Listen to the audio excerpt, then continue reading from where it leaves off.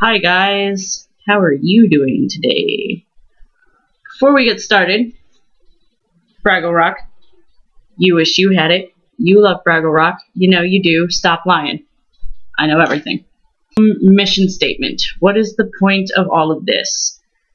I get a lot of questions.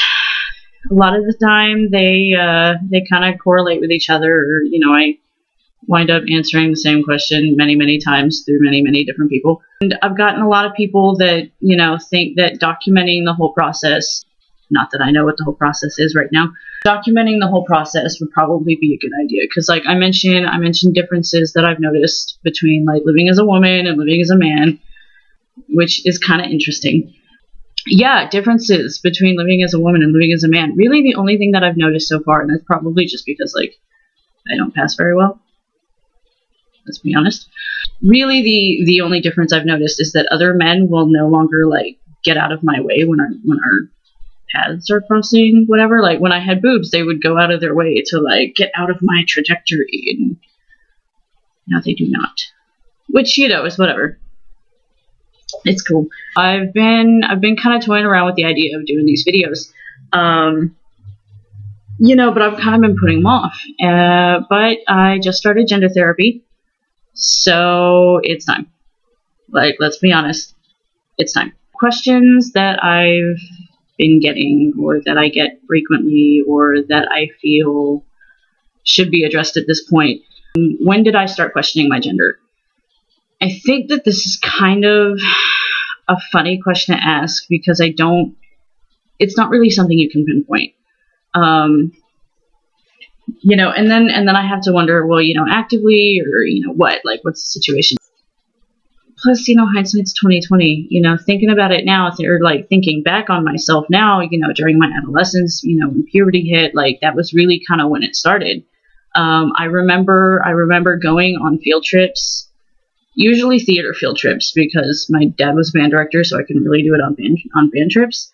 But, I remember going on some field trips and like doing drag and trying to pass and this, that, and the other. And then I remember going, going to Halloween parties as a man several times. And it's just something that I would do, but it was never like, I never really allowed myself to think of, maybe I'm trans. Like, I don't know. Like, it just never occurred to me. It's not that I didn't know what it was. It was for somebody else. Maybe not anymore. When I got to UT Arlington and I became a women's studies minor, I started taking all of these classes where like talking about gender was encouraged, and all of my gender confusion kind of bubbled to the surface and like exploded. So the answer to when did I start questioning my gender is either when puberty hit or when I moved to Arlington, depending on which way you want to define that. I have gotten, how does one begin to transition? Really, gender therapy is the first step. Working with somebody who is trained in this field, who will help you figure out who you are, what your authentic self is, that really is step number one. From there, it really depends on the person. Some trans people transition fully, some only partially, some don't take any transition measures. For me, I am really interested in hormones and top surgery. I've pretty much ruled out bottom surgery. I've considered the hysterectomy, but that's like so far down the line that I'm not even really, the hysterectomy is only an open option if I feel that I need to continue on for testosterone for an extended length of time, which I won't know until I get there. I've also been asked how my parents feel about the whole situation. And, I'm probably going to do like a whole coming out thing later, but long story short, I have the best family in the world. My parents, my sister, they're all very supportive of my quest to find myself, I guess. I couldn't ask for better people. Like, my family is super amazing. I can't rant and rave about them enough. I wish I could share them with all of the other people who have horror stories about being disowned. I'm sorry. My family rocks. Love you guys. Really do.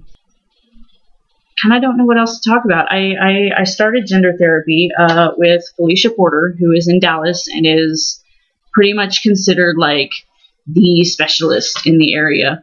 And she seems really good. Like, she only works with trans people. She has been with her partner for the past like 10 years, so she's a member of the LGBT community.